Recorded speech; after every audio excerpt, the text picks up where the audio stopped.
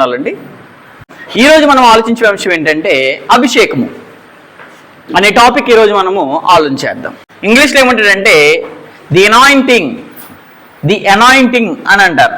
ఇంగ్లీష్లో అనాయింటింగ్ అంటే అభిషేకము అనే అర్థం వస్తుంది. కాబట్టి ఈ అభిషేకం అంటే అర్థం మనకి ఖచ్చితంగా తెలియాలి. ఈనాడు చాలామంది దేవుని సేవ చేస్తున్నారంటే మీరు అభిషేకింపబడిన వారా అని అడుగుతున్నారు చాలామంది. బ్రదర్, నేను దేవుని సేవ చేస్తున్నాను, నేను ఒక సువార్థికుడిని, నేను దేవుని పని చేస్తున్నానంటే ఏం మాట్లాడుతున్నారంటే ఈనాడు మీరు సేవకు పిలువబడ్డారా, మీరు అభిషేకించబడ్డారా, ఎవరి చేతనే అభిషేకించబడి సేవ చేస్తున్నారా, లేదా మీకు మీరుగా సేవ చేస్తున్నారా?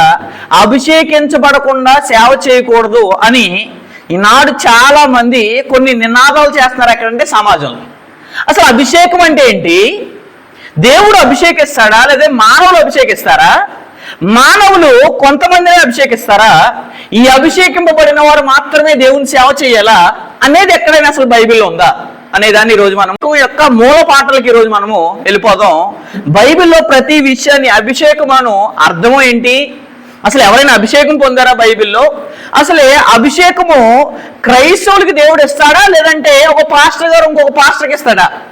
ఒక పాస్టర్ ఇంకొక పాస్టర్కి ఇస్తే అభిషేకించబడితేనే సేవ చేయాలా అనేదాన్ని ఈరోజు మనము ఆలోచించేద్దాం. ఎందుకంటే సమాజంలో దీని గురించి సరైన అవగాహన లేదు. చాలామంది పాస్టర్లు అనబడే మత శాఖల వారు తన కుమారులు ఏం చేస్తారంటే అభిషేకించి సేవలో తీసుకొస్తున్నారు. గట్టిగా అడిగితే ఏమన్నారంటే మీరు అభిషేకం పొందకుండా సేవ చేయకూడదు అని మాట్లాడుతున్నారు. అయితే అభిషేకం అంటే ఏంటి అనేది అర్థం తెలియాలి మనకు ఫస్ట్. కాబట్టి అభిషేకం అంటే బైబిల్లో అర్థం ఏమి ఇచ్చింది అనే దాన్ని మనం ఒకసారి చూద్దాము. నిర్గమాకాండము 28వ అధ్యాయము 41వ వచనాన్ని చూద్దాము. నిర్గమాకాండము 28వ అధ్యాయము 41వ వచనం. నిర్గమాకాండము 28వ అధ్యాయము 41వ వచనం. నీవు నీ సహోదరుడైన అహరోనుకును అతని కుమారులకును వాటిని తొడిగింపవలెను, వారు నాకు యాజకులగునట్లు వారికి అభిషేకం చేసి వారిని ప్రతిష్ఠించి వారిని పరిశుద్ధపరచవలెను అని చెప్పేశాడు. కాబట్టి అభిషేకం అంటే అర్థం ఏంటంటే ఒక సేవకుడిచ్చేదా లేదా దేవుడిచ్చేదా? అసలు అభిషేకం అంటే అర్థం ఏంటో తెలియాలి ఖచ్చితంగా. బ్రదర్, మీరు అసలు అభిషేకం పొందొచ్చారా దేవుని సేవలో కంట? అసలు అభిషేకం అంటే అర్థం తెలియని వాళ్ళు కూడా మీరు అభిషేకించబడి దేవుని సేవ చేస్తున్నారా అనే కథలు కూడా ఈనాడు సమాజంలో చెప్తున్నారు. అసలు అభిషేకం అంటే ఏంటంటున్నాడు అక్కడ? నీవు నీ సహోదరుడైన ఎవరు? మోషేకు ఎత్తు. నీ సహోదరుడు ఎవరు? అహరోను. నీ సహోదరుడు అహరోనుకును అతని కుమారులకును వాటిని తొడిగింపవలెను, వారు నాకు యాజకులగినట్లు వారికి అభిషేకం చేసి వారిని ప్రతిష్ఠించి వారిని పరిశుద్ధపరచవలెను అని చెప్పేశాడు. అభిషేకం అంటే పరిశుద్ధపరచబడుట, ప్రతిష్ఠ చేయుట అని అర్థాలు ఇస్తాయి. కాబట్టి అభిషేకం అంటే ఈక్వల్ టు అర్థం ఏంటంటే పరిశుద్ధపరచబడుట, ప్రతిష్ఠించుట అని చెప్పేస్తున్నాడు.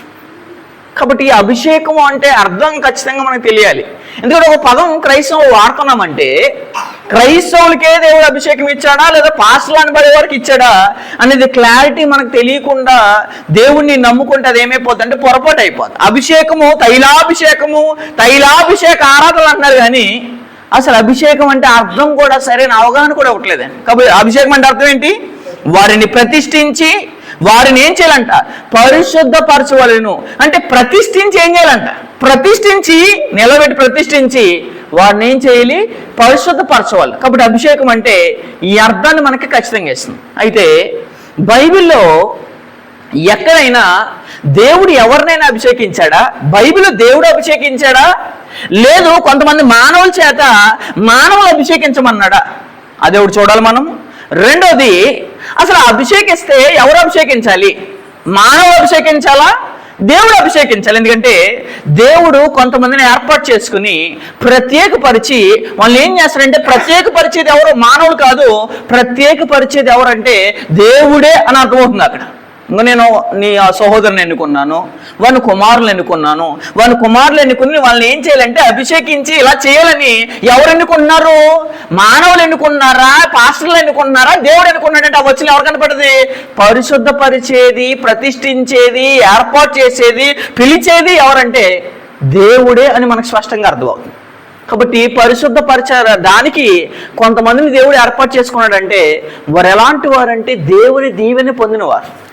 వారి పట్ల మనం ఎలా ఉండాలి, వారి పట్ల మన వైఖరి ఎలా ఉండాలి అనేది ఈరోజు మనం ప్రతి దాన్ని ఈరోజు మనము ఆలోచించేద్దాం.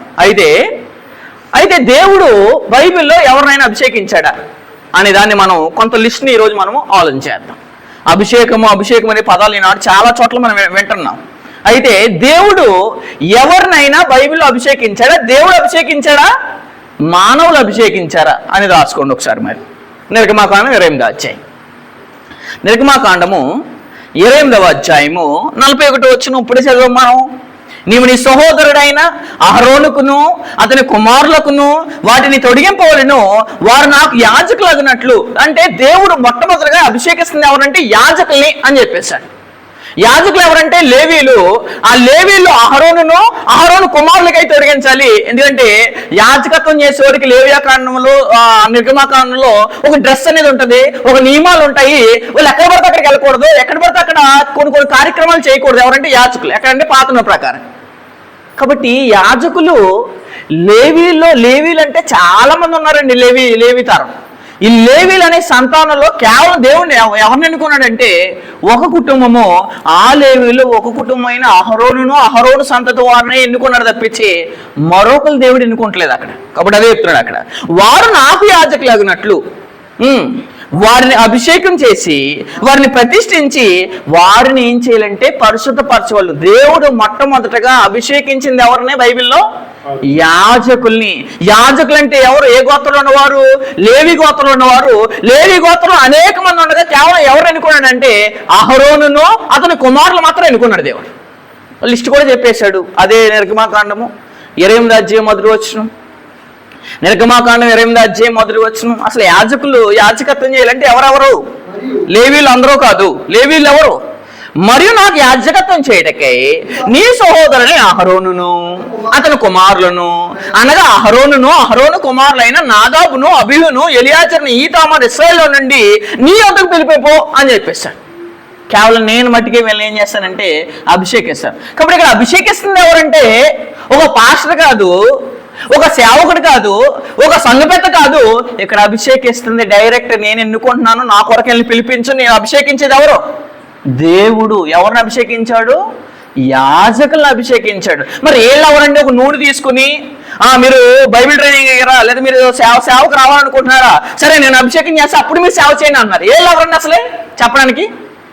వీళ్ళెవరో నూనె తీసుకుని, ఒక చేతిలో నూనె తీసుకుని నేను అపాయింట్ చేస్తున్నాను, నువ్వు దేవుని సేవ చేయడానికి అపాయింట్ చేయడానికి వీళ్ళు ఇస్తే, అధికారం ఇస్తే దేవుడు ఎక్కడ చెప్పాడంటే కేవలం దేవుడు ఎవరిని ఎన్నుకుంటున్నాడు, ఎవరిని అభిషేకిస్తున్నాడంటే మొట్టమొదటిగా దేవుడే ఏర్పాటు చేసుకుంటున్నాడు, దేవుడే ప్రత్యేకపరుస్తున్నాడు. కానీ ఇక్కడ మోషే కానీ ఇక్కడ మనుషులు కానీ చేసే కార్యక్రమం చెప్పట్లేదు. కానీ ఈనాడు ఎవరైనా మీకు పిలుపు ఉందా అనే కొంతమంది బ్యాచకులు ఉన్నారు. కొంతమంది దర్శన రీతిగా దేవుడిని పిలిచాడా అనే మొదటిగా అయితే, రెండవది ఏంటంటే ఎవరి చేతైనా, ఏ బిషప్ చేత అయినా, ఏ పాస్టర్ చేతనైనా మీరు అభిషేకింపబడి దేవుని సేవ చేస్తున్నారంట. అభిషేకిస్తుంది ఎవరు? మానవుడు. దేవుడు ఇక్కడ దేవుడు. నెక్స్ట్ ఎవరిని అభిషేకించాడు దేవుడు? సమూయేలు మొదటి గ్రంథం 15వ అధ్యాయం 1వ వచనం. సమూయేలు మొదటి గ్రంథము 15వ అధ్యాయం మొదటి వచనం చదువు ఒకసారి. సమూయేలు మొదటి గ్రంథము 15వ అధ్యాయము 1వ వచనం. 15వ అధ్యాయం 1వ వచనం. ఒకానొక దినమున సమూయేలు సౌలుని పిలిచి, ఎవరినంట? సౌలు ఎవరు? రాజు. కాబట్టి ఒకానొక దినమున సమూయేలు సౌలుని పిలిచి, యెహోవా ఇశ్రాయేలుకు తన జనుల మీద, యెహోవా అండర్లైన్ చేసుకోండి, ఏ పాస్టర్, ఏ బిషప్ కాదు అభిషేకించేది, ఏ రెవరెండ్ కాదు అభిషేకించేది, ఏ బైబిల్ తెలియనోడు కాదు అభిషేకించేది. ఒక బైబిల్ బేసిక్స్ తెలియకుండా వాక్యాన్ని వక్రీకరించి వాక్య భిన్నమైన బోధలు చేస్తూ, అబద్ధ బోధలు చేస్తూ మేము మిమ్మల్ని అభిషేకిస్తాను, మీరు సేవ చేయండి అంటున్నారు. ఎవరంటే దొంగ బోధకులు. వీళ్ళ మీద ఎందుకు సీరియస్ అవుతానంటే అసలు అభిషేకిస్తుంది ఎవరో? మానవుడా దేవుడా? పిలిపించడానికి వాడుకున్నాడు ఎవరిని? సమూయేలుని. అక్కడ పిలిపించడానికి వాడుకున్నాడు ఎవరిని? మోషేని. అభిషేకించిన మోషే కాదు, ఇక్కడ అభిషేకిస్తున్న సమూయేలు కాదు, సమూయేలుని పిలిపించమని చెప్పి ఇక డైరెక్ట్ ఎవరి కొరకు ఎవరు అభిషేకిస్తున్నారంటే ఇక్కడ పరిశుద్ధపరిచేది అభిషేకించేది సాక్షాత్తు దేవుడే గాని ఎవరు కాదు? మానవుడు కాదు, మనిషి కాదు. అదే అన్నాడు చూడండి. ఒకానొక దినమున సమూయేలు సౌలును పిలిచి, యెహోవా ఇశ్రాయేలుకు తన జనుల మీద నిన్ను, ఎవరో యెహోవా నిన్ను, ఎవరి జనుల మీద? ఇశ్రాయేలు మీద నిన్ను యెహోవా. చాలా జాగ్రత్తగా చదివితే బైబిల్ అర్థమైపోద్దండి. ఒక పాస్టర్ చేత అభిషేకించబడి సేవ చేయాలా, దేవుని చేత అభిషేకించబడి సేవ చేయాలా అనేది ఖచ్చితంగా తెలియాలి. వీళ్ళు ఎవరండి అభిషేకించడానికి?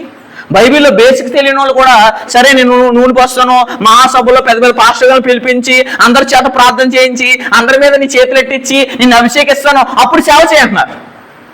ఎక్కడ చెప్పాడు బైబిల్లో? అసలు ఎక్కడ దేవుడు దీని గురించి మాట్లాడాడు? యెహోవా ఇశ్రాయేలుకు తన జనుల మీద నిన్ను రాజుగా అభిషేకించటకే నన్ను పంపాడు, నిన్ను పిలిపించమని నన్ను పంపాడని చెప్తున్నాడు. ఎవరో? సమూయేలు. నన్ను పంపెను, యెహోవా మాట వినుము అని చెప్పేశాడు. రెండవ కేటగిరీ ఎవరంటే, మొదటి కేటగిరీ ఎవరి భర్తలు కాదు అభిషేకించబడ్డం. ఏం చేస్తారు? పాస్టర్ గారు కొడుకు అభిషేకిస్తారు, పాస్టర్ గారు దగ్గర ఉన్న వాళ్ళు అభిషేకిస్తారు. ఎవరైతే వీళ్ళకి అనుగుణంగా ఉంటారో, ఎవరికైతే వీళ్ళకి నచ్చుతారో, ఎవరికైతే వీళ్ళకి అనుగుణంగా అసలు ఎవరైతే ఒత్తుతారో మోతారో భుజాల మీద పెట్టుకుని మోతారు కదా, అలాంటి వాళ్ళని ఏం చేస్తారంటే వీళ్ళు అభిషేకిస్తారు. కాబట్టి అసలు ఎవరు అభిషేకిస్తున్నారో ఇక్కడ ఎవరు చెప్తున్నాడు? అందుకనే అక్కడ ఏమంటున్నాడు?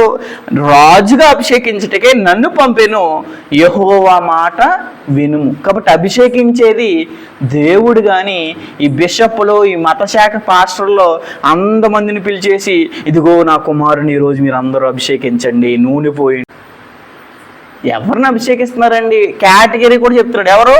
ఇక్కడ రాజు, అక్కడ యాజకుడు. ఒకటి యాజకుడికి సంబంధించింది. రెండో కేటగిరీ దేవుడు ఎవరిని ఎన్నుకున్నాడు అభిషేకానికి? రాజులను ఎన్నుకున్నాడు. మూడో కేటగిరీ రాజుల మొదటి గ్రంథము 19వ అధ్యాయం 16వ వచనం. రాజుల మొదటి గ్రంథము 19వ అధ్యాయం 16వ వచనం. రాజుల మొదటి గ్రంథము 19వ అధ్యాయము 16వ వచనం చదువుదాం. ఇశ్రాయేలు వారి మీద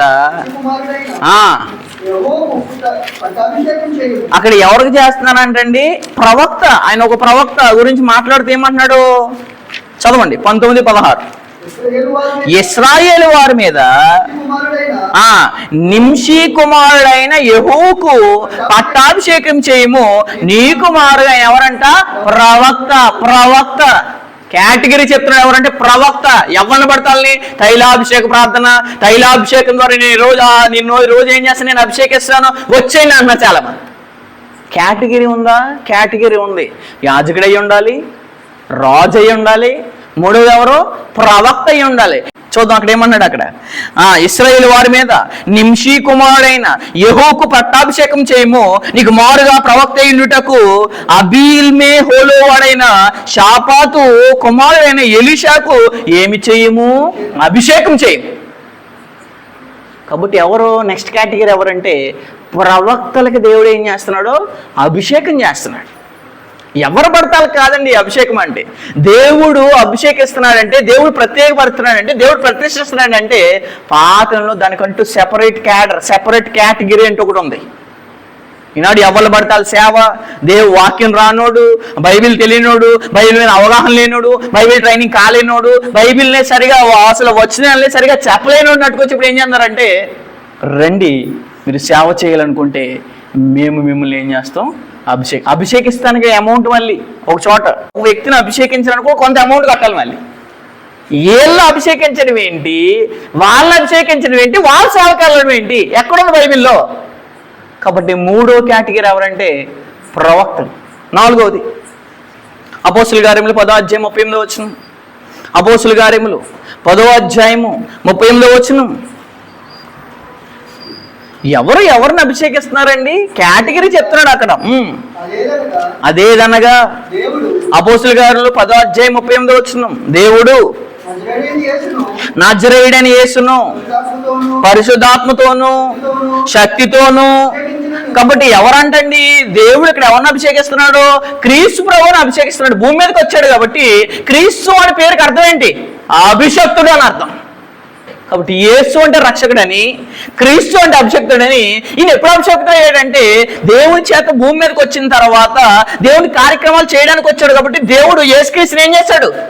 క్రీస్తు కూడా రాజు కాబట్టి దేవుడు ఏం చేశాడు? క్రీస్తు ప్రభు వారిని అభిషేకించాడు. అదే మాట్లాడుతున్నాడు. అదేదనగా దేవుడు నజరేయుడైన యేసును పరిశుద్ధాత్మతోను శక్తితోను అభిషేకించుననిది దేవుడు ఆయనకి ఏమి అన్నాడు? తోడే. కాబట్టి అభిషేకించింది ఎవరు? దేవుడు. ఎవరిని? నజరేయుడైన యేసును అభిషేకించింది ఎవరంటే తండ్రి అయిన దేవుడు. కాబట్టి యాజకులు కనపడుతున్నారు, రాజులు కనపడుతున్నారు, ప్రవక్తలు కనపడుతున్నారు. నెక్స్ట్ కేటగిరీ ఒకటి సాక్షాత్తు యేసుక్రీస్తు భూమి మీదకి దేవుని కార్యక్రమాలు చేసి వెళ్ళిపోవడానికి వచ్చాడు కాబట్టి ఆయన కూడా రాజును కూడా ఏం చేస్తున్నాడు? తండ్రి అయిన దేవుడు అభిషేకిస్తున్నాడు. కేటగిరీ ఒకటి ఉంది. ఎవరు పడతాడికి ఇచ్చేస్తున్నాడు దేవుడు అభిషేకం. దాంట్లో క్రీస్తు ప్రభువు ఉన్నారు, ప్రవక్తలు ఉన్నారు, రాజులు ఉన్నారు, ఇంకెవరు ఉన్నారు? యాజకులు ఉన్నారు. ఒక కేటగిరీ లేకుండా క్రైస్తవులు అవమానం తీసుకొచ్చేసి క్రైస్తవుని అంతా పాడు చేసేదంతా వెళ్ళానండి. వాక్యం తెలియకపోతే ఇలాగే అపార్థం అవుతుంది. అభిషేకం మీకు బ్రదర్ మేమేం చేస్తాం? అభిషేకం చేస్తాం. బ్రదర్ ఏ పాస్టర్ గారి చేత మీరు అభిషేకం పొందారు? ఖచ్చితంగా అడగండి. ఎక్కడైనా మీరు మత శాఖల్లో కానీ ఎక్కడైనా లోకంలో మీరు వాక్యం చెప్తున్నారంటే ఎవరు చేత మీరు అభిషేకించబడ్డారు అని అంటారు. అది ఎవరి చేత అభిషేకించబడాలి? నెక్స్ట్ కేటగిరీ కొరింథీయులకు రాసిన 2వ పత్రిక 1వ అధ్యాయము. కొరింథీయులకు రాసిన 2వ పత్రిక 1వ అధ్యాయం 21వ వచనం. కొరింథీయులకు రాసిన 2వ పత్రిక 1వ అధ్యాయం 21వ వచనం. మీతో కూడా క్రీస్తునందు నిలిచి ఉండినట్లుగా మిమ్మల్ని స్థిరపరిచి అభిషేకించిన వాడు ఎవరు? అండర్లైన్ చేసుకోండి, రౌండ్ అప్ చేసుకోండి. కావాలి నన్ను అభిషేకించింది, అపోస్తులు అభిషేకించింది ఎవరంటే దేవుడే అనేసాడు. మరి వీళ్ళెవరండి? అసలే అపోస్తులను కూడా అభిషేకించింది ఎవరో? దేవుడు. మరి వీళ్ళ అపోస్తులు అంటే డైరెక్ట్గా వీళ్ళ అపోస్తులు కనుక ఎవరైనా మేము అపోస్తులం అంటే కనుక సాక్షాత్తు ఎవరి చేత అభిషేకం పొందినవాడై ఉండాలి? దేవుని చేత అభిషేకం పొందినవాడై ఉండాలి. 1:21 చెప్తున్నాడు. మీతో కూడా క్రీస్తునందు నిలిచి ఉండినట్లుగా మమ్మల్ని స్థిరపరిచి అభిషేకించిన వాడు దేవుడే అని చెప్పేశాడు. మమ్మల్ని అభిషేకించింది ఎవరు? సాక్షాత్తు దేవుడు. అపోస్తుల్ని అభిషేకించింది ఎవరు? దేవుడు. ఈనాడు ఎవరైనా అపోస్తుల్ని మేము అపోస్తులం అని చెప్పుకుంటే కనుక అపోస్తులం అని చెప్పుకుంటే సాక్షాత్తు వాళ్ళు తండ్రి అయిన దేవుని చేత ఏం చేయబడి ఉండాలి? అర్హత చెప్తున్నాను నేను. అర్హత ఏం చేయబడాలంటే వారు తండ్రి అయిన దేవుని చేత అభిషేకించబడిన వారు మాత్రమే ఏమవుతారు? అపోస్తులు అవుతారు. కేటగిరీ చెప్తున్నాడు. పాతంలో కేటగిరీ ఉంది, క్రొత్తలో క్రీస్తులో కనపడుతున్నాడు. నెక్స్ట్ ఎవరు కనపడుతున్నారు? అపోస్తులు కనపడుతున్నారు. మేము అపోస్తులు అని చెప్పుకునే వాళ్ళు ఉన్నారు. వాళ్ళని అడగండి మీరు ప్రశ్న ఏంటంటే అపోస్తులు అయితే కనుక మీరు సాక్షాత్తు తండ్రి అయిన దేవుని చేత ఎప్పుడు అభిషేకించబడ్డారు? ఎప్పుడు ప్రత్యేకించాడు దేవుడు? యేసు కనపడుతున్నాడు అభిషేకించినట్టు, పౌలుని దేవుడు వాడుకున్నట్టు కనపడతాడు. మరి నిన్ను ఈనాడు అపోస్తులను చెప్పుకోవడం నిన్ను దేవుడు ఎక్కడ ఏ టైంలో అభిషేకిస్తే ఎక్కడ చెప్పాడు? కాబట్టి ఎవరు పడితే అలా అపోస్తులు, ఏది పడితే అభిషేకం, టైటిలే తైలాభిషేకం. అభిషేకమే తెలియదు మరి మనకి. ఇంకేంటంటే తైలాభిషేకం. ఏం మాట్లాడుతున్నారంటే నెక్స్ట్ కేటగిరీ యోహాను రాసిన 1వ పత్రిక 2వ అధ్యాయము 20వ వచనం. ఒక ఎనాయింటింగ్ చేయాలంటే ఎనాయింటింగ్ చేసేది సాక్షాత్ ఎవరంటే తండ్రి అయిన దేవుడు. యోహాను రాసిన 1వ పత్రిక 2:20. యోహాను రాసిన 1వ పత్రిక 2వ అధ్యాయం 20వ వచనం. అయితే మీరు పరిశుద్ధిని వలన ఏం పొందారంట? పరిశుద్ధిని వలన అభిషేకం పొందిన వారు కనుక సమస్తం ఎరుగుదురు అని చెప్పేశాడు. కాబట్టి మనం ఒక ఆయన ఏం చేశాడంట మనల్ని? పరిశుద్ధపరిచాడంట. ఆ పరిశుద్ధపరచబడిన వారు ఎవరంట? అభిషేకం పొందిన వారు. ఎవరైతే క్రీస్తు రక్తం ద్వారా ఎవరైతే కడగబడి బాప్తిసం పొందారో వారందరూ ఎవరో? అభిషేకం పొందిన క్రైస్తవులు. ఇంకా మళ్ళీ పర్టికులర్గా కట్టుకొచ్చి ఇదిగో నూనె తీసుకొచ్చి ఇదిగో నీ మీదేసి నేను అభిషేకిస్తానంటే బాప్తిసం తీసుకున్న ప్రతి ఒక్కడు ఎవరంటే ప్రతి ఒక్కడు అభిషేకం పొందినవాడు. వీళ్ళు స్వార్థపరులుగా దేవుని చిత్రీకరిస్తున్నారండి. ఎలాగంటే కేవలము దేవుడు ఎవరిని అభిషేకిస్తాడో? పాస్టర్లనే. అంటే దేవుడు పాస్టర్లు ఒకలాగా, విశ్వాసం ఒకలాగా చూస్తున్నాడా? సేవకులు ఒకలాగా, విశ్వాసులు ఒకలాగా, సంఘంలో బాప్తిసం పొందిన వాళ్ళు ఒకలాగా, సంఘ పెద్దలు ఒకలాగా చూస్తున్నాడు దేవుడు అందరూ ఒకేలా చూస్తున్నాడు. కాబట్టి ఇక్కడ పరిశుద్ధిని వలన ఏం పొందారంటే మీరు అభిషేకం పొందారు. దేవుడు కేవలము సేవకులకి, కేవలము బిషప్లకి, కేవలం పాస్టర్ల గారికి వేస్తే దేవుడు ఎలా కనపడుతున్నాడు? ఇక్కడ పక్షపాతిగా కనపడుతున్నాడు. సమాజం అంతా దేవుడిని పక్షపాతిగా చిత్రీకరించేస్తుందండి. మనమైనా దేవుడు ఏమని చెప్పాలి? దేవుడు ఏం కాదని చెప్పాడు, నేను పక్షపాతిని. చూడండి ఒకసారి. కానీ వీళ్ళ మాటల ద్వారా, వీళ్ళ చేష్టల ద్వారా, వీళ్ళ బోధల ద్వారా దేవుడు ఎలా కనబడుతున్నాడంటే పక్షపాతిగా కనబడుతున్నాడు. 34:10-34 అపోస్తుల కార్యములు 10వ అధ్యాయం 34 వచనం చదువు ఒకసారి. దేవుడు ఏం కాదంట, దేవుడు పక్షపాతి కాడని నిజంగా సేవకుల్ని ప్రత్యేకపరిచేసి, సేవకులను అభిషేకం ఇచ్చేసి, మరి విశ్వాసం అభిషేకం లేకుండా చేస్తాడు దేవుడు. పరిశుద్ధిని వలన ప్రతి ఒక్కడు క్రీస్తు రక్తంలో కడగబడితే పరిశుద్ధిని వలన ఏం పొందారంటే మీరు అభిషేకం పొందిన ప్రతి ఒక్కడెవరో క్రైస్తవుడు. అది ఖచ్చితంగా తెలియాలి మనకి. క్రైస్తవుడు అంటేనే, క్రైస్తవుడు ఎప్పుడైతే మనము క్రీస్తు రక్తంలో కడగబడి బాప్తిజం ఎప్పుడైతే పొందుతామో అప్పుడు మనం అందరం ఏమవుతాం? దేవుని వలన, పరిశుద్ధిని వలన, క్రీస్తు వలన మనం ఏమవుతాము? అభిషేకం పొందినవారు. మనల్ని అభిషేకించింది ఎవరు? పాస్టర్ గారా, లేదా బిషప్ గారా, అయితే ఎవరా అభిషేకించింది ఎవరు? మరి మనల్ని చూద్దాం. యోహాను రాసిన మొదటి పత్రిక 2వ అధ్యాయము 27 వచనం. యోహాను రాసిన మొదటి పత్రిక 2వ అధ్యాయం 27 వచనం. అయితే ఆయన వలన మీరు పొందిన, ఎవరైనా అయితే ఆయన వలన మీరు పొందిన అభిషేకం మీలో నిలుచుచున్నది కనుక ఎవడును మీకు బోధింపనక్కర్లేదు. ఆయన ఇచ్చిన అభిషేకము సత్యమే గాని అబద్ధం కాదు ఆయన అన్నాడు. ఎవరు? తండ్రి దేవుడు మనకేం చేశాడు? సాక్షాత్ ఏమిచ్చాడంటే అభిషేకం ఇచ్చాడు. కాబట్టి అభిషేకం ఇచ్చిన దేవుడు పరిశుద్ధిని వలన, క్రీస్తు రక్తం వలన, పరిశుద్ధిని వలన మనం అభిషేకం పొందితే మళ్ళట్టుకొచ్చి ఏళ్ళట్టుకొచ్చి ఇదిగో మీరు సేవ చేయాలంటే మిమ్మల్ని మేము ఏం చేస్తాము? అభిషేకిస్తాం. సేవ చేయాలంటే నువ్వెవరు అభిషేకించాలి? నన్ను. ప్రతి ఒక్కరూ క్రీస్తు రక్తంలో కడగబడిన ప్రతి ఒక్కరెవరో అభిషేకం పొందిన వారు. ఒక కేటగిరీ, సెపరేట్ కేటగిరీ చెప్పట్లేదు. ఇక్కడ కొత్త నిబంధనలో ఏం చెప్తాడు? క్రీస్తు రక్తంలో కడగబడితే మీరు ఏం పొందినవారు అంటే అభిషేకం పొందినవారు. మనం అభిషేకం పొందినవారమే కాదు, ఇందాకే చెప్పారు, ఎవరైనా అభిషేకం పొందాలని కొంత లిస్ట్ చూసాం. ఎవరు? రాజు అన్నారు పాత్రలో, నెక్స్ట్ ఏమన్నా అన్నారు? యాజకులు అన్నారు, నెక్స్ట్ ప్రవక్తలు ఉన్నారు. ఇప్పుడు క్రైస్తవులు ఎవరు? రాజు మరియు యాజకుడు. పేతురు రాసిన మొదటి పత్రిక 2:9. పేతురు రాసిన మొదటి పత్రిక 2వ అధ్యాయం 9వ వచనం చదువుదాం ఒకసారి. పేతురు రాసిన మొదటి పత్రిక 2వ అధ్యాయం 9వ వచనం. అయితే మీరు చీకటిలో నుండి ఆశ్చర్యకరమైన తన వెలుగులోనికి మిమ్మల్ని పిలిచిన వాని గుణాత్సలను ప్రచురం చేయ నిమిత్తము మీరు ఏర్పరచబడిన వంశమును, రాజులైన యాజక సమూహం. యాజకుల్ని దేవుడు ఏం చేశాడు? ప్రత్యేకపరిచాడు. యాజకులు ఏం చేశాడు? పవిత్రపరిచాడు, పరిశుద్ధపరిచాడు. కాబట్టి యాజకుల్ని ఆనాడు అపోస్తులు కూడా క్రీస్తువారు ఏం చేశారు? నీ వాక్యమే సత్యమని ఆ ధర్మశాస్త్రంలో యోహాను సువార్తలో యేసుక్రీస్తు యోహాను సువార్త 17:17 ముందు ఏం చెప్తాడు? నీ వాక్యం అందు మిమ్మల్ని ఏం చేస్తున్నాను? ప్రతిష్ఠ చేస్తున్నాను. అపోస్తులను ప్రతిష్ఠపరిచాడు యేసుప్రభువు వారు. తండ్రినే ప్రతిష్ఠిస్తే ఇక్కడ సాక్షాత్తు మనల్ని క్రీస్తు రక్తం వలన, పరిశుద్ధం వలన మనం ఏం చేశాడు? అభిషేకం పొందించాడు. కాబట్టి క్రీస్తు రక్తం వలన ప్రత్యేకపరిచిన వారు, పరిశుద్ధపరిచిన వారు అందరూ ఏమవుతారు? ఇప్పుడు కేవలం బిషప్పులు, కేవలం పాస్టర్లను అభిషేకించాడా దేవుడు? మేము మిమ్మల్ని అభిషేకిస్తాం రండి అన్నారు. వీళ్ళు ఎవరండి అసలు అభిషేకం ఇవ్వడానికి? అందుకని అపోస్తులు అన్నారు, మమ్మల్ని అభిషేకపరిచింది ఎవరో? దేవుడే. ఇంకెవ్వరిని పెట్టకూడదు. ఇంక మీరు ఆ లిస్టులు ఎవరిని పెట్టినా ఏమైపోతుంది అంటే అది అబద్ధబోధైపోతుంది. ఎవరైనా మీటింగ్ పెట్టి మేము అభిషేకం కావాలంటే రండి, అభిషేకం కావాలంటే రండి అన్నారంటే అందులో ఎవరో? దొంగ బోధకులే. క్రీస్తు రక్తంలో బాప్తిజంలో కడగబడ్డారంటే మీరే ఎవరో? అభిషేకం పొందిన వారైతే మళ్ళీ మనల్ని అభిషేకించడం ఏంటండి?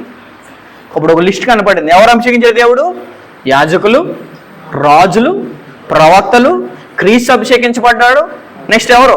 అపోస్తులు. నెక్స్ట్ ఎవరు? క్రైస్తవులు. ఎవరు క్రైస్తవులు అంటే? క్రీస్తు రక్తంలో కడగబడిన ప్రతి ఒక్కరూ, చీకట్లో నుండి ఆశ్చర్యకరమైన వెలుగులోకి వచ్చిన ప్రతి ఒక్కరు ఏం చేయబడినట్టు? అభిషేకించినట్టు. అదేమన్నాడు? దేవుడే చెప్పాడు కూడా. సత్యం కనుక ఏమన్నాడు అక్కడ? ఆయన ఇచ్చిన అభిషేకం సత్యమే కానీ ఏం కాదు, అబద్ధం కాదు అని చెప్పేశాడు. సాక్షాత్తు దేవుడు ఇస్తుంటే మళ్ళీ ఇంకెవరు చెప్పగలరు మీరు పొందింది కరెక్ట్ కాదని? కాబట్టి వీళ్ళకి వాక్యం మీద అవగాహన లేకుండానే అసలు ఎవరిని అభిషేకపరచాలో, ఎవరితో అభిషేకపరచాలో ఈ క్లారిటీ ఏం లేకుండా, బ్రదర్ మీరు సేవకు రావాలంటే అభిషేకించబడ్డారా? ఎక్కడుందండి బైబిల్లో? అసలు నువ్వెవరు నన్ను అభిషేకించడానికి, నువ్వెవరు నన్ను సేవకు ఎన్నుకోవడానికి? సేవకుడు కూడా ఎవరో క్రీస్తు రక్తంలో కడగబడిన వాడే. మళ్ళీ ప్రత్యేక కేటగిరీ ఏంటి? ఒక డెసిగ్నేషన్ ఇచ్చాడంటే డెసిగ్నేషన్ దేని బట్టి అంటే వాక్యం చెప్పడం బట్టి, నమ్మకము సామర్థ్యం బట్టి. కానీ క్రీస్తు రక్తంలో కడిగిన వారు ప్రతి ఒక్కరూ అభిషేకించబడిన వారైతే మళ్ళీ వీళ్ళ బోధలు ఏంటంటే మళ్ళీ అభిషేకిస్తాం మీరు రండి. వెళ్తున్న వాళ్ళు ఉన్నారు ఈనాడు, ఆ మీటింగ్కి వెళ్ళేవారు చాలామంది ఉన్నారు. నెక్స్ట్ విషయం చూద్దాం. అభిషేకింపబడిన వారి ఎడల మనం ఎలా ఉండాలి? అభిషేకించబడిన వారు తెలిసారు, యాజకులను తెలుసారు, రాజులను తెలుసాం, ప్రవక్తలను తెలుసాం, క్రీస్తు అని తెలిసింది, క్రైస్తవులను తెలిసింది, అపోస్తులను తెలిసింది. వారి పట్ల మనం ఎలా ఉండాలి అది ఖచ్చితంగా మనందరికీ తెలియాలి. సమూయేలు 2వ గ్రంథము 1వ అధ్యాయము, సమూయేలు 2వ గ్రంథం 1వ అధ్యాయం 14 వచనం చదువుదాం. సమూయేలు 2వ గ్రంథము 1వ అధ్యాయం 14 వచనం, 1వ అధ్యాయము 14 వచనం. అందుకు దావీదు భయపడక యెహోవా అభిషేకించిన వానిని చంపుటకు నీవేళ అతని మీద చెయ్యెత్తితివి? యెహోవా అభిషేకించిన వాడిని నేను చంపితునని నీవు చెప్పితివే. నీ నోటి మాట నీ మీద సాక్ష్యము గనుక నీ ప్రాణమునకు నీవే ఉత్తరవాదు అని వానితో చెప్పి. ఎవరెవరికి సందర్భం ఇది? సౌలుకి దావీదుకి జరిగిన డిస్కషన్ ఇది.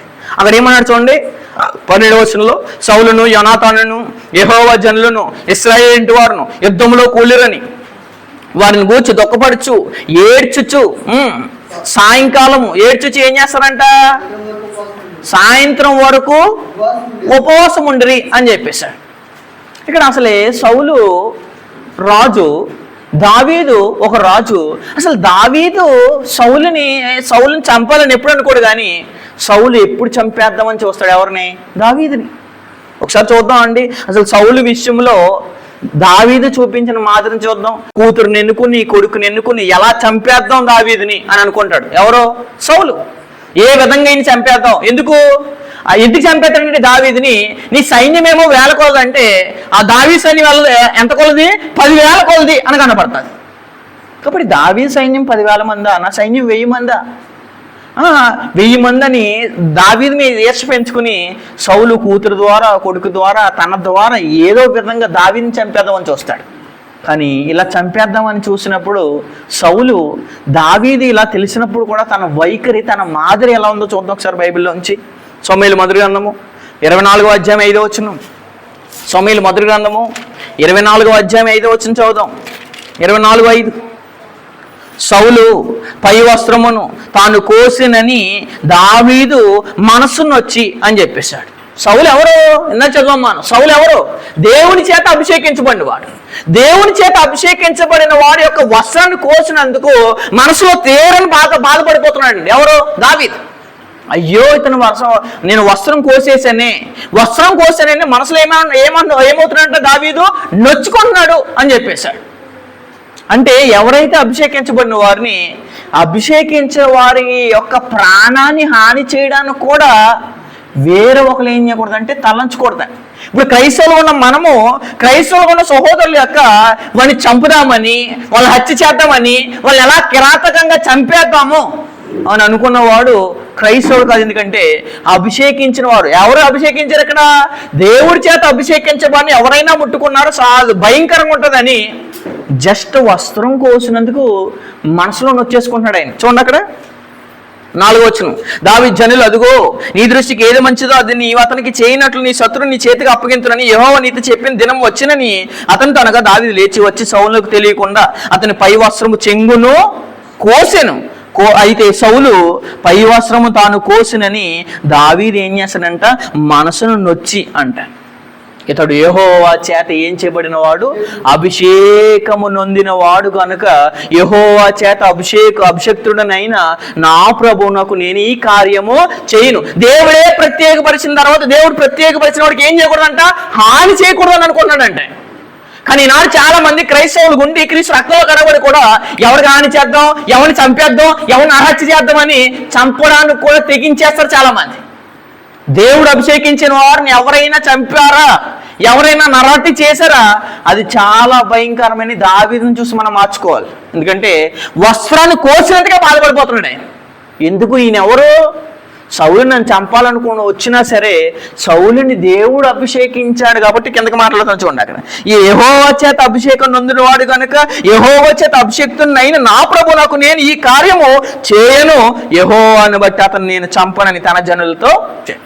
అతను నాకు కీడు చేసినా పర్లేదు, అతను నాకు హాని చేసినా పర్లేదు, అతను నా మీద దుర్మార్గం ప్రవర్తించినా పర్లేదు, అతను నన్ను చంపేద్దాం అనుకున్నా పర్లేదు, కానీ ఇతడు దేవుడి చేత అభిషేకం పొందిన వాడు కనుక నేను ఈయనేం చేయను, చంపను. వస్త్రం కోసినందుకే మనసులో నొచ్చేసుకుంటున్నాడండి. మనం ఈనాడు ఎవరైనా మన కీడు చేస్తే, ఎవరైనా హాని చేస్తే ఎలా చంపేద్దామా, ఎలా హాని చేద్దామా, ఎలా కీడు చేద్దామని చూస్తాం మనం. మరి క్రైస్తవులు కూడా ఎవరు? అభిషేకం పొందిన వారు కాబట్టి దేవుని చేత అభిషేకం పొందిన వారు కూడా హాని చేద్దామని కానీ చంపేద్దాం కానీ అని ఎప్పుడూ ఒక క్రైస్తవులు ఉన్న మనము ఎప్పుడూ తలంచుకోవడం. మనం దావీదుని బట్టి ఖచ్చితంగా నేర్చుకోవాలి. 6వ వచనం, ఇతడు యెహోవా చేత అభిషేకము పొందినవాడు నొందినవాడు కనుక యెహోవా చేత అభిషేక్తునైన నా ప్రభునకు నేను ఈ కార్యం. అంటే సౌలు చేసి ఎవరు చేసినట్టు? యెహోవాకు చేసినట్టు. అలాగే ఇప్పుడు క్రైస్తవులు చేసినట్టు ఎవరు చేసినట్టు? క్రీస్తు వారు చేసినట్టు. కాబట్టి దేవుడు చేసినట్టు. కాబట్టి క్రైస్తవులకి ఎవడైనా హాని చేశాడా? ఎవరు చేస్తున్నట్టు? అందుకనే క్రీస్తు వారు అంటారు, ఇదిగో సౌలా సౌలా, అక్కడ క్రొత్తలో సౌల్ని, ఇదిగో సౌలా సౌలా నీవు నన్ను ఎందుకు హింసిస్తున్నావు అంటే, నేను నిన్ను ఎప్పుడు హింసించాను అంటాడు. ఎవరు? సౌలు. నేను ఎప్పుడు హింసించానంటే నువ్వు హింసిస్తున్నది ఎవరిని? నన్నే. అంటే ఎవరిని? నా సంఘాన్ని. మరి ఇక్కడ సౌలుని ముట్టుకుంటే ఎవరిని ముట్టుకున్నట్టు? యెహోవాను ముట్టుకున్నట్టు. కాబట్టి కోసినందుకు నొచ్చుకున్నాడో, చంపనని ఏం చేసుకుంటున్నాడో తీర్మానం. ఎవరికైనా హాని చేయాలని, క్రైస్తవులుగా అభిషేకం పొందేవాడికి హాని చేయాలని తలంచుకోవడం మనం. 2, చంపేయాలని ఎప్పుడు కూడా ఎంత కిరాతకంగా మన ఎంత కిరాతకంగా చేసినా అతను చంపేద్దామని దుర్మార్గత క్యారెక్టర్ మనలో ఉండకూడదు. ఎందుకంటే క్రైస్తవులకు కూడా దేవుని చేత ఏం చేయబడిన వారు? అభిషేకం పొందినవారు. నెక్స్ట్ అక్కడ చెప్తున్నాడు 3వది 7వ వచనంలో, ఈ మాటలు చెప్పి దావీదు తన జనులను అడ్డగించి సౌలు మీదకి పోనీయక వారిని ఆపెను. ఇదిగో సౌలు ఏంటి నిన్ను చంపడానికి వచ్చినాడు, ఆపుతున్నావేంటి నువ్వు అని అంటే జనులందరికీ అడ్డం చెప్పేసి ఆయన మనం ముట్టుకోకూడదు అంటున్నాడు. ఎవరు? దావీదు. ఎవరైనా మనకు శత్రువు దొరికినప్పుడు నన్ను చంపుదామని వచ్చినప్పటికీ మనకు అడ్డం మనకే దొరికేది అనుకుంటే ఏం చేస్తారు? ఆన్ ది స్పాట్ చంపేదాం అనుకుంటారు. కానీ ఆయన ఏం చెప్తున్నాడు చూడండి 7వ వచనంలో, ఈ మాటలు చెప్పి దావీదు తన జనులను ఏం చేశాడంట? అడ్డగించి సౌలు మీదకి పోనీయక వారు నాపెను. తర్వాత సౌలు లేచి గుహలో నుండి బయలు వెళ్ళి మార్గమున పోయిను అని చెప్పేశాడు. అంటే చంపకూడదు అని ఏం చేస్తున్నాడు? అక్కడ ఉన్న జనులకు కూడా ఏం చేస్తున్నాడు? చెప్తున్నాడండి. మనం కూడా క్రైస్తవులుగా ఎవరిని చంపకూడదు అని మన బంధువులకి, మన తల్లిదండ్రులకి, ఎవరైతే క్రీస్తు రక్తంలో కడగబడ్డారో ఎవరి మీద ఎవరు ద్వేషం పెంచుకోకూడదు అని చంపే కేటగిరీ కూడా ఎవరికి రాకూడదని ఈనాడు చూడలేదు మన పేపర్లో. తండ్రిని చంపిన కొడుకని, కూతురిని చంపిన తల్లని ఎక్కడైనా సమాజంలో చూస్తున్నామా? ఈనాడు క్రైస్తవులు అభిషేకించబడిన వారు కాబట్టి అభిషేకించబడిన వారు ఒకరిని చంపడానికి మన జనులు ప్రేరేపించిన మనం ఏం చేయకూడదు? ఏ వ్యక్తికి హాని చేయకూడదు. చంపే క్యారెక్టర్ మనకు ఉండకూడదు. ఈ దావీదుని చూసి మనం నేర్చుకోవాలి. 11వ వచనంలో చెప్తున్నాడు నెక్స్ట్ కార్యక్రమం. 11వ వచనంలో, నా తండ్రి చూడుము, ఇదిగో చూడుము, నిన్ను చంపక నీ వస్త్రపు చెంగు మాత్రమే కోసితిని గనుక నా వల్ల నీకు ఏం చేయకూడదంట? కీడు ఎంత మాత్రము రాదనియు. క్రైస్తవుడు కీడుకి ఏం చేయకూడదు? ప్రతికీడు చేయకూడదు. అవతోడు పగోడైనా, అవతోడు కీడు చేస్తున్నా తిరిగి ప్రతికీడు చేయకూడదని క్రైస్తవుడు. కాబట్టి ప్రతికీడు చేస్తున్నారంటే మీరు క్రైస్తవులు కాదు. దేవుని చేత అభిషేకం పొందబడిన వారు కీడికి ప్రతికీడు చేయకూడదు. ఎందుకంటే మన క్రైస్తవ కృతంలో కూడా ఆజ్ఞ ఉంది. ఇక్కడ దావీదు కూడా సౌలుని చూసి చెప్తున్నాడు ఏమని? నా తండ్రి చూడుము, ఇదిగో చూడుము, నిన్ను చంపక నీ వస్త్రపు చెంగు మాత్రమే కోసిదును గనుక నా వలన నీకు కీడు ఎంత మాత్రం రాదనియు, నాలో తప్పిదం ఎంత మాత్రము లేదనియు నీవు తెలుసుకొని వచ్చును. నీ విషయమే నేను పాపం చేయని వాడై ఉండగా నీవు నా ప్రాణం తీయవలని నన్ను ఏం చేస్తున్నావు? నిన్ను మటుకు నన్ను వదిలేస్తున్నావు, కానీ నువ్వు నన్ను ఏం చేస్తున్నావు, ప్రాణం తీయాలని తరిమేస్తున్నాడంట. ప్రాణం తీయాలని తరిమేస్తున్నా క్రైస్తవుడికి ఏముండాలంటే, ఇక్కడ చూసి మనం ఏం నేర్చుకోవాలంటే, మనం తీయాలని తరిమేస్తున్నా వాడికి హాని చేయకూడదు, కీడు చేయకూడదు. నెక్స్ట్ ఏమన్నాడు, వాని విషయంలో మనం ఏ పాపం చేయకూడదు, వాని విషయంలో మేము ఏ తప్పిదమో చేయకూడదు. అవతోడు తరిమేస్తున్నా, అవతోడు చంపడానికి వచ్చినా మనం మటుకి ఆయన విషయంలో ఏ తప్పిదం చేయకూడదు. ఇది దావీదుని చూసి నేర్చుకోవాలి, క్రీస్తుని చూసి నేర్చుకోవాలి. ఎందుకంటే చంపేతన వాళ్ళు ఏమన్నాడు, తండ్రి వీరు ఏం చేస్తున్నారు, వీరు ఎరుగురు కనుక వీరు క్షమించిన. అంటే అభిషేకం పొందిన వారి పట్ల ఒక మాదిరి, ఒక వైఖరి మనకు ఖచ్చితంగా ఉండాలి. ఈనాడు కాదండి పాస్టర్ చేత అభిషేకించబడిన వారి పట్ల కాదు, ఎవరైతే క్రీస్తు రక్తంలో ఉన్నట్టుగా క్రీస్తు సంఘంలో చేర్చబడిన వారు ఉన్నారు కదా, వారు అభిషేకించబడిన వారు, వారి విషయంలో మనం ఏం చేయకూడదంటే ఏ హాని, ఏ తప్పిదము, ఏ పాపము చేయకూడదంటే. అది దావీదుని చూసి మనం నేర్చుకోవాలి. నెక్స్ట్ 17వ వచనంలో దావీదుతో ఇట్లా అన్నాను, యెహోవా నన్ను నీ చేతికి అప్పగింపగా. దావీదుతో ఇట్లా అన్నాడంట, ఎవరో యెహోవా నన్ను నీ చేతికి అప్పగింపగా నన్ను చంపక విడిచినందుకు ఈ దినమున నీవు నా ఉపకారం చేసిన వాడవై. ఏం చేస్తానంట, నేనేమో నీకు అపకారం చేస్తున్నాను, కానీ నీవేమో నాకేం చేస్తున్నావు, ఉపకారం చేస్తున్నావు. అవతలుడు మనకు అపకారం చేస్తున్న క్రైస్తవుడు మనం ఏం చేయాలి, ఉపకారమే చేయాలి అని చెప్పేశాడు. చాలా మంది కరెక్ట్గా బ్రతకపోయినా ఒకసారి ఎందుకు ప్రేమిస్తున్నాం అంటే దేవుని ఎడలే మనం ప్రేమిస్తున్నాం. అలాగే క్రైస్తవులు ఉన్న మనము అపకారం చేసినోడు కూడా ఏం చేయాలి, ఉపకారమే చేయాలి, కానీ పగ తీర్చడం మన పని కాదన్నాడు దేవుడు. అదే అన్నాడు కదా, మన సంఘంలో చాలా మంది మన మీద పళ్ళు నూరే వాళ్ళు ఉంటారు, వాసన చెప్తున్నందుకు మన మీద ద్వేషం కలిగి ఉంటారు. క్రైస్తవులుగా మనల్ని ఏం చేస్తారు, ఒక దోషిగా పెట్టుకుంటారు. వాళ్ళను కూడా మనం ప్రేమించాలి, ఎందుకంటే వాళ్ళ యొక్క పగ వాళ్ళ మీద దేవుడు తీరుస్తాడు. కానీ మన మటుకి అపకారం చేసినోడు కూడా ఏం చేయాలి, ఉపకారమే చేయాలి. అది అంటున్నాడు, అపకారమును ఎలా మార్చుకున్నాడంట దావీదు, నా అపకారమునకు ఉపకారం చేసిన వాడవే, నా ఎడల నీకున్న ఉపకార బుద్ధి నీ వెల్లడి చేసేది కనుక నీవు నాకంటే ఎవరో నీతిపరుడు. శత్రువు అనుకున్నాడండి, అయ్యో నువ్వు నీతిపరుడు. ఒక శత్రువు మనల్ని చూసి ఆయన చేసిన పట్ల క్రియను చూసి ఏమనుకోడంటే, నీవు నా ఎడలు ఎలా కనపడుతున్నావు అంటే నీతిపరుడుగా కనపడుతున్నావు. కాబట్టి అపకారానికి అపకారం చేసేవాడు క్రైస్తవుడు కాదు, అపకారానికి ఉపకారం చేసేవాడు ఎవరో క్రైస్తవుడు అని చెప్పేశాడు. ఆయన అపకారమే చేయలేదు, కానీ ఏం చేశాడు, ఉపకారం చేశాడు. సౌలు మార్చుకున్నాడండి దావీదు చూసిన ప్రేమను చూసి. కొంతకాలానికి మార్చుకున్నాడు, మళ్ళీ వక్రమైన బుద్ధితో మళ్ళీ వచ్చేస్తాడు. ఎవరంటే ఈ సౌలు. సమూయేలు మొదటి గ్రంథం 26వ అధ్యాయము 9వ వచనం, 26:9. దావీదు నీవు అతను ఏం చేయకూడదంట, చంపకూడదు అని చెప్పేశాడు. సమూయేలు మొదటి గ్రంథం 26వ అధ్యాయం 9వ వచనం, దావీదు నీవు అతన్ని చంపకూడదు, యెహోవా చేత అభిషేకము నొందిన వాడిని చంపి నిర్దోషట ఎవరికి సాధ్యం కాదని చెప్పేశాడు. నిజంగా ఆయన చంపానా, యెహోవా చేత అభిషేకం పొందిన వాడిని ఎవడైనా చంపాడా, వాడేం కాడంట, నిర్దోషి కాడు.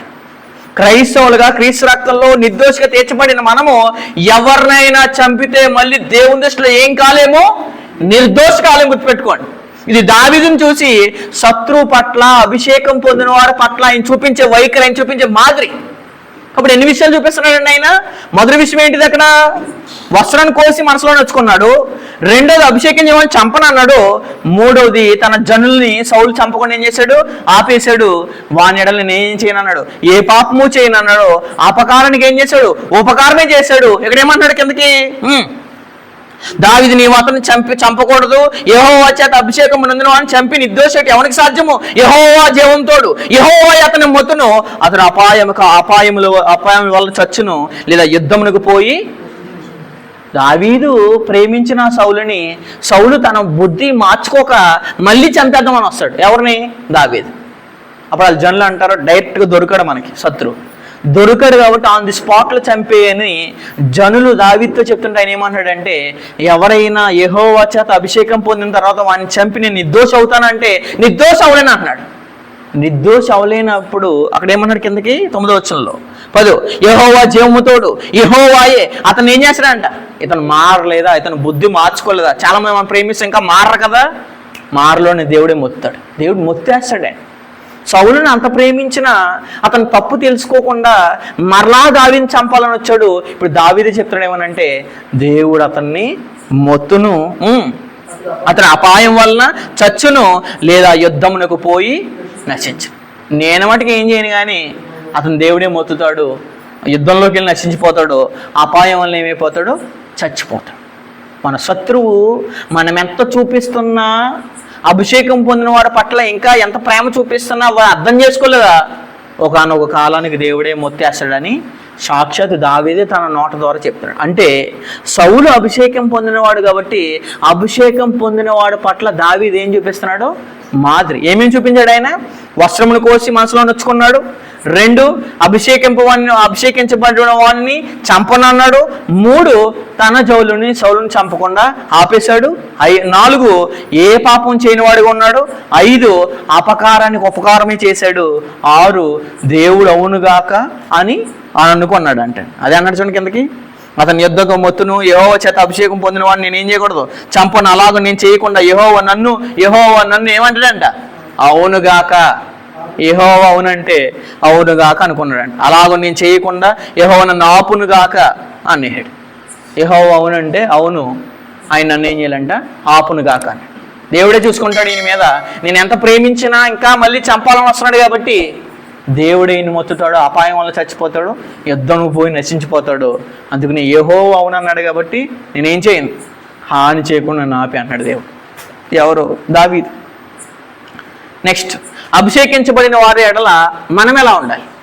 సౌలు ఎడల దావీదు ఎలా ఉంటే మనం ఎలా ఉండాలంటే, సమూయేలు 2వ గ్రంథము 1వ అధ్యాయం 14 వచనం. సమూయేలు 2వ గ్రంథము 1వ అధ్యాయం 14 వచనం. అందుకు దావీదు, భయపడక యెహోవా అభిషేకించిన వానిని చంపుటకు నీవేళ అతని మీద చెయ్యెత్తితివి. యెహోవా అభిషేకించిన వాడిని నేను చంపితిని గనుక చంపితనని నీవు చెప్పితే నీ నోటి మాటయే నీ మీద సాక్ష్యము గనుక నీ ప్రాణముకు నీవే ఉత్తరవాది అని వానితో చెప్పి తన వారిలో ఒకను పిలిచి నువ్వు పోయి వాడిని చంపమానగా అతడు వాడిని కొట్టి చంపేశాడు. ఎవరు ఉత్తరవాది అంట? నేను చెప్పాను చంపకూడదని, నువ్వు వెళ్ళి చేసావా, నీ మాటకు ఎవరో నీవే ఉత్తరవాది. వాడి మీద ఏమి ఎత్తకూడదు అంటండి, అక్కడ అన్నాడు చూడండి. అందుకు దావీదు భయపడక యెహోవా అభిషేకించిన వాడిని చంపుటకు నీవేళ అతని మీద చేయి అని చెప్పేస్తున్నాడు. చెయ్యి ఎత్తకూడదు అంటండి. ఎవరి మీద? అభిషేకింపబడిన వారి మీద. ఈనాడు క్రైస్తవుల మీద చెయ్యి ఎత్తుతారు, క్రైస్తవులు కొడతారు, భార్యలు కొడతారు. భార్యలు క్రైస్తవులు కాదా? భర్తలు క్రైస్తవులు కాదా?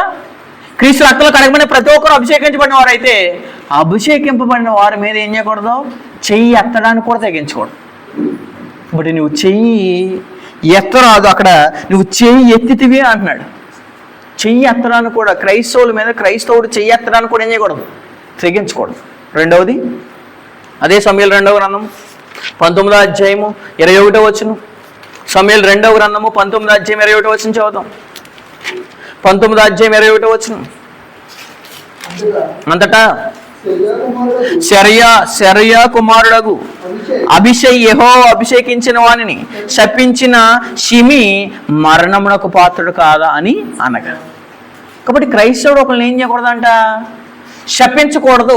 అభిషేకింపబడిన వాడిని క్రైస్తవుడు ఏం చేయకూడదు, శపించకూడదు. మనం ఏం చేస్తామంటే నాశనం అయిపోను కాక అంటారు చాలా. యాకోబు రాసిన పత్రిక. ఇలా క్రైస్తవులు ఏమైనా శపించకూడదండి, అభిషేకించబడిన వాళ్ళు అసలు శపించకూడదు. యాకోబు రాసిన పత్రిక 3వ అధ్యాయము 9వ వచనం. దీనితోనే తండ్రి అయిన ప్రభువును స్తుతింతుము, దీనితోనే దేవుని పోలికగా పుట్టిన మనుషులను శపింతుము అని చెప్పేశాడు.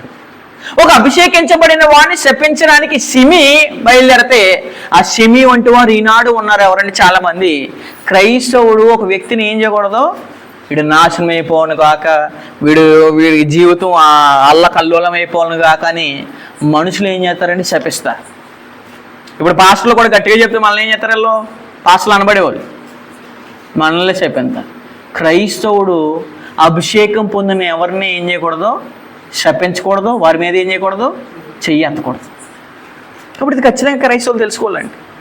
దినవృత్తాంతం 1వ గ్రంథం 16వ అధ్యాయం. దినవృత్తాంతం 1వ గ్రంథము 16వ అధ్యాయం 21వ వచనం. దినవృత్తాంతం 1వ గ్రంథము 16వ అధ్యాయము 21వ వచనం చదువుదాం. 16:21. నేను అభిషేకించిన వారిని ఏం చేయకూడదంట, ముట్టవలదు. కాబట్టి నేను అభిషేకించిన వాడిని ఏం చేయకూడదు? ముట్టవలదనియు, నా ప్రవక్తలకు కీడి చేయవద్దనియు, ఆయన కలగ చేయవద్దనియు సెలవిచ్చి ఆయన ఎవరినైనానో వారికి ఏం చేయలేదంట? హింసింపనీయలేదు. వారి నిమిత్తము రాజులను గద్దించును. సర్వభూజనులారా యెహోవాను సన్నిధించుడి, అనుదినము ఆయన రక్షణను ప్రకటించు. కాబట్టి అభిషేకించబడిన వారికి ఎలా ఉండాలి? మనం ప్రొటెక్షన్గా ఉండాలి. అంటే రక్షణగా ఉండాలి. మనం రక్షణగా ఉండవలసిన మనమే కీడు చేస్తున్నామంటే అసలు దేవుడు అభిషేకించబడిన వాడు ముట్టుకుంటే ఏమంటున్నాడు? ఎవడు నిర్దోషిగా ఎంచబడతాడు అన్నాడు దావీదు. అది ఎంచబడతాను అన్నప్పుడు వారి విషయంలో మన ప్రొటెక్షన్గా, క్రైస్తవులు ఏమై ఉండాలి? ప్రొటెక్షన్గా, రక్షణగా, కవచంగా ఉండవలసిన మనం వాళ్ళకే హాని చేయడానికి దిగించామా? యెహోవా చేత ఎవరైనా కీడు చెయ్యాలని తలస్తే, చంపాలని తలస్తే వాడు యెహోవా చేత నిర్దోషి అవడు అని చెప్పేశాడు. ఇప్పుడు ఎంత జాగ్రత్తగా ఉండాలండి? అనుదినము ఆయన రక్షణ ఏం చేయాలంట? రక్షణను ప్రకటించాలి. వారికి మనం ఎలా ఉండాలి? రక్షణగా ఉండవలసిన మనమే వాళ్ళకి కీడుగా ఉన్నాం అనుకోండి, దేవుడు దాన్ని ఖచ్చితంగా ఏం చేయడు? అంగీకరించడు. కాబట్టి మనం ఏం చేయాలి? వారిని రక్షించాలి అని చెప్పేశాడు. సమూయేలు మొదటి గ్రంథం 26వ అధ్యాయము, సమూయేలు మొదటి గ్రంథము 26వ అధ్యాయం 16వ వచనం. సమూయేలు మొదటి గ్రంథము 26వ అధ్యాయం 16వ వచనం చదువుతాం. 26:16 నీ ప్రవర్తన అనుకూలం కాదు, నీవు శిక్షకు పాత్రుడివే. యెహోవా చేత అభిషేకమునందున నీ ఏలిన వానికి నీవు రక్షకముగా ఉండలేదు. ఎలా ఉండాలంట? రక్షకముగా ఉండాలంటండి. వారు కీడు చేయకూడదు అంటున్నాడు ఒక చోట. ఇక్కడ ఏమంటున్నాడంటే రక్షణగా ఉండాలంట. అంటే రక్షణగా ఉండవలసిన వారే శిక్షకులుగా ఉన్నారనుకోండి, వాళ్ళు ఏం చేస్తారు? యెహోవా చేత మొత్తపడతారు. ఇప్పుడు అభిషేకించిన వాడికి ఎవడైనా హాని చేశాడా? అదే అంటాడు దేవుడు రోమపత్రిక 8 ఏమని? దేవుడు మన పక్షాన ఉండగా మనకు విరోధి ఎవరు? క్రైస్తవులకి కీడు చేయాలని తలంచారా? క్రైస్తవులు నాశనాన్ని కోరుకోవాలని, శపించాలని తలంచారా? మీరు ఖచ్చితంగా మీ దేవుడే శత్రువు అయితే మీరు అసలు ఎవరు ఏం చేయలేరు? తప్పించుకోలేరు. అప్పుడు ఇక్కడ ఏమన్నాడు? రక్షణ ఉండాలంటే క్రైస్తవులకు మనం నీ ప్రవర్తన అనుకూలం కాదు, నీవు శిక్షకు పాత్రుడివే. యెహోవా చేత అభిషేకం ఉందని నీ ఏలిన వానికి నువ్వు రక్షకముగా ఏం చేయలేదంట? ఉండలేదు అని చెప్పేశాడు. రక్షకంగా ఉండవలసిన మనమే శిక్షకంగా ఉన్నాం అనుకోండి, శిక్ష మన మీద కొని తెచ్చేసుకుంటారు. దేవుడు అభిషేకించిన వారి పట్ల మన వైఖరి ఎలా ఉంటుందో చూసుకోవాలి మనం ఖచ్చితంగా. మనం చదువుదాం ఒకసారి. సంఖ్యాకాండము 12వ అధ్యాయము 7వ వచనం. సంఖ్యాకాండము 12వ అధ్యాయం 7వ వచనం చదువుదాం. అతడు నా ఇల్లంతటిలో ఎవరో? మోషే. అతడు తన ఇల్లంతటిలో ఎవరంట? నమ్మకమైన వాడు. నా ఇల్లంతటిలో నమ్మకమైన వాడు. నేను గూఢ భావములతో కాదు, దర్శనమిచ్చి ముఖాముఖిగా అతనితో మాట్లాడుతాను. అతను నా స్వరూపము నిదానించి చూచును. కాబట్టి నా సేవకుడైన మోషేకు ఏం చేయకూడదంట? విరోధముగా మాట్లాడటకు మీరు ఏం చేయలేదు? భయపడలేదు. క్రైస్తవులకి ఎవడైనా విరోధంగా మాట్లాడి అయిపోయాడే, సిచ్యువేషన్ మారిపోదు. అభిషేకించబడిన వారి పట్ల విరోధంగా కూడా మాట్లాడకూడదు అంటాడు దేవుడు. మనం ఎవరికి ఏం చేయకూడదు? విరోధంగా మాట్లాడకూడదు. కానీ నాడు మేము వాళ్ళతో కలవలేమండి, వాళ్ళతో ఉండలేమండి. ఎందుకు? ఇటు లోకస్తుడు కాబట్టి వాళ్ళతో కలవలేడు, వాళ్ళతో ఉండలేడు. కానీ పేరుకే క్రైస్తవుడు కూడా ఉండలేకపోతున్నాడు. అందుకనే విరోధంగా ఏం చేయకూడదంట? మాట్లాడకూడదు అని చెప్పేసి అదే అంటున్నాడు అక్కడ. నేను గూఢభావంతో దర్శనమిచ్చి ముఖాముఖి అతనితో మాట్లాడుతాను. డైరెక్ట్ దేవునితో మోసేతోనే మాట్లాడుతున్నాడు. మోసే విరోధంగా మాట్లాడవు అయిపోయేవి. అందుకనే మీరు భయపడను లేదంటున్నాడు. నిదానించి వచ్చుము. కాబట్టి నా సేవకుడైన మోసేకు నా ఇల్లంతలో నమ్మకమైన వాడికి విరోధంగా మాట్లాడవా, నీకు పరిస్థితి బాగా దారుణంగా ఉండదని దేవుడు మాట్లాడుతున్నా అక్కడ. కాబట్టి నా సేవకుడైన మోసేకు విరోధంగా మాట్లాడుకు మీరెలా? భయపడను లేదు. కాబట్టి ఇంత నమ్మకమైన వాడికి నువ్వు విరోధంగా మాట్లాడితే నీ పరిస్థితి వేరేగా ఉంటుందని చెప్తున్నాడు దేవుడు. కాబట్టి అభిషేకించిన వారి పట్ల మనం ఎలా ఉండాలి అంటే, క్రైస్తవుల పట్ల మనం ఎలా ఉండాలి? వారిపై చేయెత్తకూడదు, శపించకూడదు, కీడు చేయకూడదు. వారికి ఎలా ఉండాలి? రక్షణగా ఉండాలి. 5 వారికి విరోధంగా ఏం చేయకూడదు? మనం మాట్లాడకూడదు. వాస్తవం చెప్పామనుకుని నమ్మలేదనుకుని వదిలేండి. కానీ మనకి యాక్చువల్లీ ఏం చేయాలంటే, వారు మనకి ఎలా ఉండకూడదు? విరోధంగా ఉండకూడదు. అది ఖచ్చితంగా మనం అందరము తెలుసుకోవాల్సిన విషయం. అయితే ఒకవేళ వారి పట్ల మన విరోధంగా ఉంటే పరిస్థితి ఏమవుద్ది? అది కూడా చూద్దాం. సమూయేలు 2వ గ్రంథం 22వ అధ్యాయము 51వ వచనం. సమూయేలు 2వ గ్రంథం 22వ అధ్యాయం 51 వచనం చదువుదాం. 22:51. నీవు నియమించిన రాజునకు గొప్ప రక్షణ కలగచేవాడును, అభిషేకించిన దావీదు. సౌలు ఎంత చంపాలనుకున్నా దేవుడు ఏం చేశాడు? కాపాడేశాడు. ఎవరిని? దావీదుని. దావీదు అరణ్యం పారిపోతే ప్రతి విషయంలో సౌలు దావీదుని ఏం చేయకుండా కాపాడింది ఎవరు? దేవుడే. కనికరం చూపుతాడండి దేవుడు. తన పట్ల ఎవరైనా భయభక్తులు కలిగి ఉంటే దేవుడు వారి పట్ల ఏం చేస్తాడు? కనికరం చూపిస్తాడు. అక్కడ మాట్లాడుతున్నాను క్లియర్గా 22:51లో. నీవు నియమించిన రాజునకు గొప్ప రక్షణ కలుగజేయవాడు, అభిషేకించిన దావీదునకు అతని సంతానముకును నిత్యము ఏం చేస్తాడు? కానీ దేవుణ్ణి నమ్మాడా? అభిషేకించిన వారి పట్ల ఏమీ చేయట్లేదా? అయితే దేవుడు నీ మీద ఏం చూపిస్తాడు? కనికరం చూపిస్తాడు. అదే అభిషేకించిన వారి పట్ల విరోధంగా మాట్లాడినా, శపించినా, చెయ్యెత్తినా, కీడు చేసినా ఈ మీద కనికరం ఉండదు. గుర్తుపెట్టుకోండి. కనికరం లేని తీర్పు పొందుతారు అంటాడు.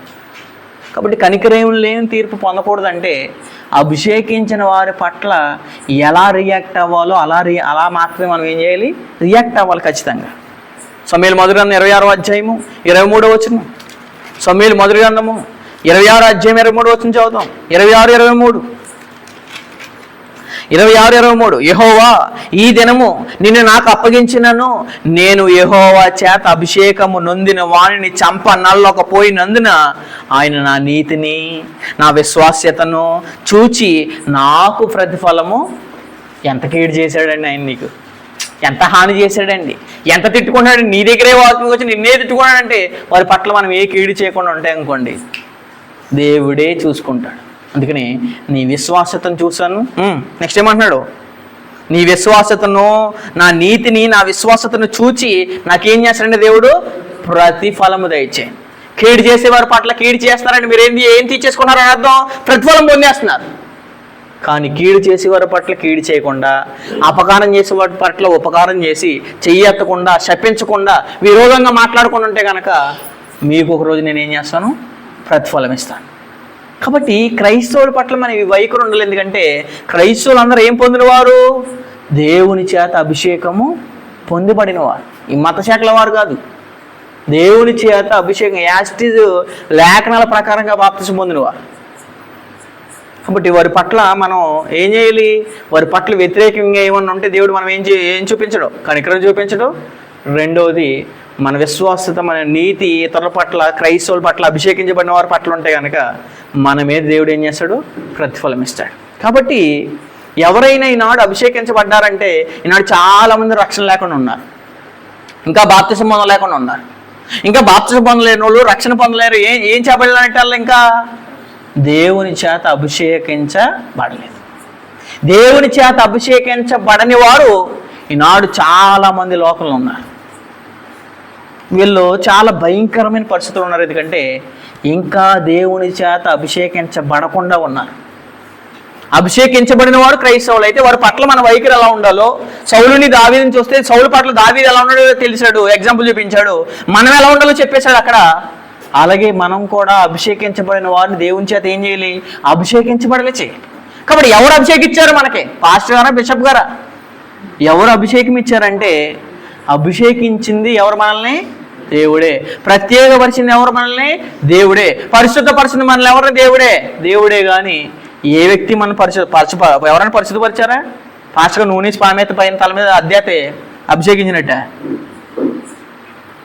అభిషేకిస్తాం అంటే ఏంటి? ప్రతిష్ఠ చేయడము, పరిశుద్ధపరచడం. ప్రతిష్ఠ చేసింది ఎవరు? దేవుడు. పరిశుద్ధపరిచింది ఎవరు? దేవుడే. చూడండి ఒకసారి కొరింథీయులకు రాసిన మొదటి పత్రిక 1వ అధ్యాయం 2వ వచనం. కొరింథీయులకు రాసిన మొదటి పత్రిక 1వ అధ్యాయం 2వ వచనం.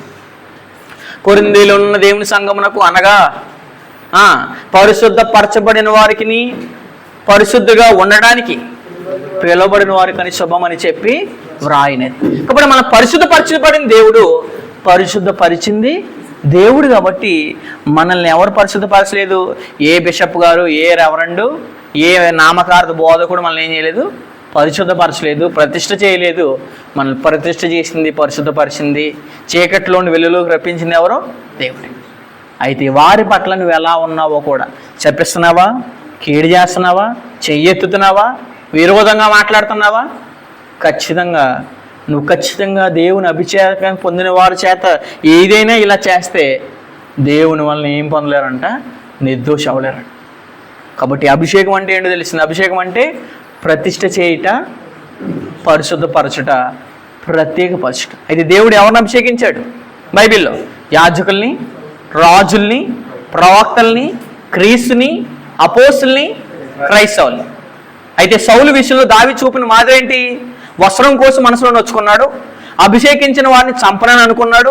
తన జనులు సౌలుని చంపమని అంటే ఆయన ఏమన్నాడు? తన జనుల్ని చంపకుండా ఆపాడు. ఏ పాపం చేయని వాడుగా ఉన్నాడు. అలాగే అపకారానికి ఏం చేయలేదు, ఉపకారమే చేశాడు. దేవుడు అవునుగాక అని అనుకున్నాడు. దేవుడు అవునంటే ఏంటి? అతను ఏం చేయలేదు, దేవుడే చేస్తాడు అనుకున్నాడు. నెక్స్ట్ అభిషేకించే వాడిని ఎట్లా మనం ఎలా ఉండాలి? వారిపై చెయ్యెత్తకూడదు, శపించకూడదు, వారికి కీడు చేయకూడదు, వారికి రక్షణంగా ఉండాలి, విరోధంగా మాట్లాడకూడదు అని చెప్పేశాడు. లేదా దేవుడే మీ మీద కనికరం చూపడం లేకుండా అయిపోద్ది పరిస్థితి. రెండు మీరు పగ తీర్చుకున్నారా, దేవుడు మీ మీద ఏం చేస్తాడు? ప్రతిఫలం ఇచ్చేస్తాడు. కాబట్టి నువ్వు అభిషేకించబడ్డావు, అభిషేకించబడితే అభిషేకించబడిన వారి పట్ల వైఖరి కరెక్ట్గా ఉండాలి. అయితే మనల్ని అభిషేకిస్తుంది ఎవరు? దేవుడే అని ఖచ్చితంగా మనకు తెలియాలి. కానీ ఏ బిషప్ మనల్ని ఏం చేయట్లేదు, అభిషేకించడు. ఎందుకంటే ఆయన చెప్పాడు కాబట్టి అదేమన్నాడు? సత్యము అన్నాడు. చూడండి ఒకసారి యోహాను రాసిన మొదటి పత్రిక 2:27. యోహాను రాసిన మొదటి పత్రిక 2వ అధ్యాయం 27వ వచనం. యోహాను రాసిన మొదటి పత్రిక 2వ అధ్యాయం 27వ వచనం చదువుదాం. 2వ అధ్యాయం 27వ వచనం. 2:27. అయితే ఆయన వలన మీరు పొందిన అభిషేకము మీలో నిలుచుచున్నది కనుక ఎవడనో మీకేం చేయలేదంట. మళ్ళీ బోధలు చేస్తారు వాళ్ళు. మళ్ళీ మీరు మా చేత అభిషేకించబడాలి. ఎవడో మనకు ఇంకేం బోధించే అవసరం లేదు, డైరెక్ట్గా దేవుడు చెప్పేశాడు. ఎవడో మనకి మళ్ళీ బోధన మక్కర్లేదు. అందుకని ఏమన్నాడు? ఆయన ఇచ్చిన అభిషేకం మీకు ఏంటంట? ఆ అభిషేకము సత్యమే కానీ ఎవడైనా మళ్ళీ అట్టుకుని నేను అభిషేకిస్తానంటే అదేంటిది? అబద్ధం. ఎందుకంటే ఆల్రెడీ మనకి దేవుడు ఏమి ఇచ్చేశాడు? అభిషేకం ఇచ్చి. ఇంకా అభిషేక తైలాభిషేకాలకు వెళ్ళారా, నాశనాన్ని మీరు ఏం చేసుకున్నట్టు కొని తెచ్చుకున్నట్టు. కాబట్టి అభిషేకం అంటే ఏంటి తెలిసింది, ఎవరిని అభిషేకించాడో తెలిసింది, ఆ అభిషేకించిన వారి పట్ల దావీదు ఎలా రియాక్ట్ అయ్యాడో తెలిసింది, మనం ఎలా ఉండాలో తెలిసింది. అలా మీరు ఉంటున్నా లేదో చూసుకుని మిమ్మల్ని మీరు సరి చేసుకోండి.